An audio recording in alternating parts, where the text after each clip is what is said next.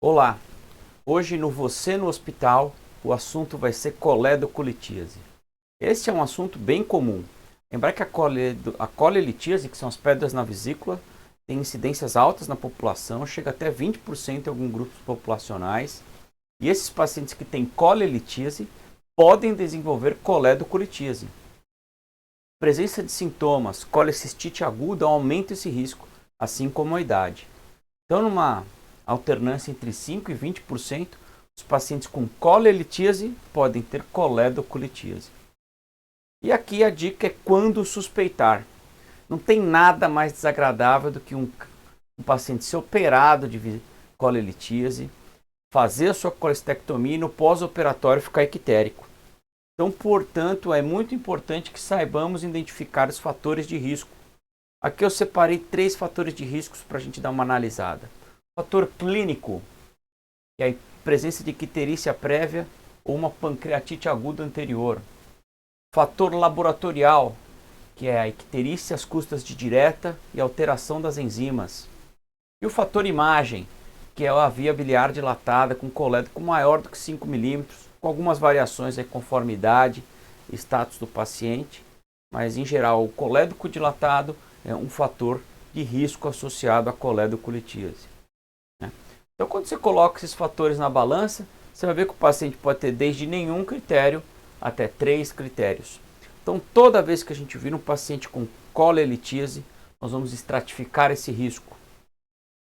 Se o paciente tem de nenhum dos critérios ou um dos critérios, ele é considerado de baixo risco, com uma incidência próxima entre 3% e 5% de incidência dessa complicação. Quando o paciente já tem 2 critérios, a gente considera ele como risco intermediário, com uma incidência próxima de 10%. E quando o paciente tem os 3 critérios, a incidência é alta, próxima de 40% a 50%. E esses pacientes vão ter abordagens distintas. Os pacientes que não têm nenhum dos critérios, ou seja, aquele paciente que fez ultrassom, pedra na vesícula, mas nada de alterado. Esse paciente que tem 0 critérios, nenhum critério, desculpe, ele vai fazer a colestectomia simples e puramente. A discussão da adição da colangiografia intraoperatória o paciente com 0 critérios, ela é uma discussão que merece maiores esclarecimentos. A gente pode fazer um dia só para discutir isso. Mas o paciente que tem 0 critérios, uma colestectomia sem colangiografia, ela é aceitável. Quando o paciente tem um critério, ou seja, geralmente um critério clínico, né?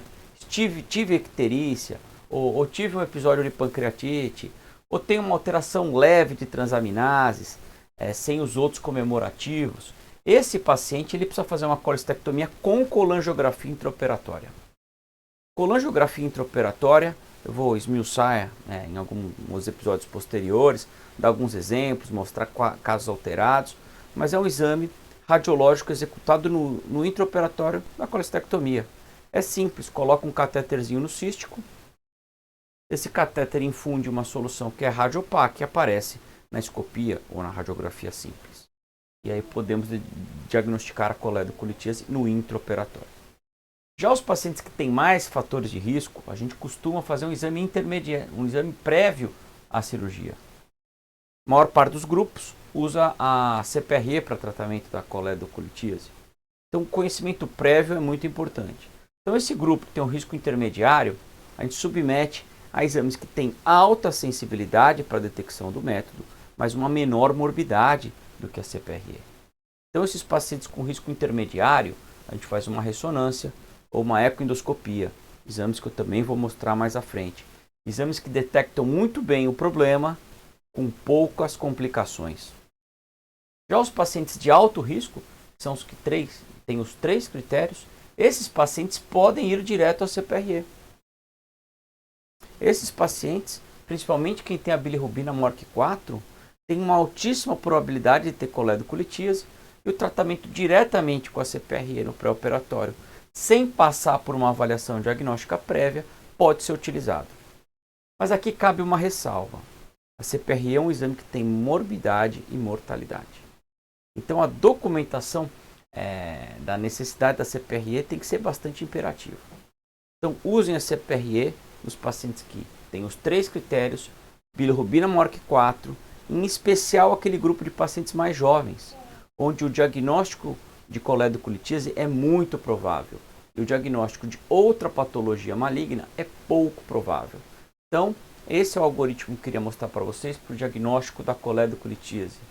Em episódios posteriores eu vou dar uma conversada um pouquinho melhor sobre o tratamento, as abordagens e minúcias desses exames. Um abraço aí a todos.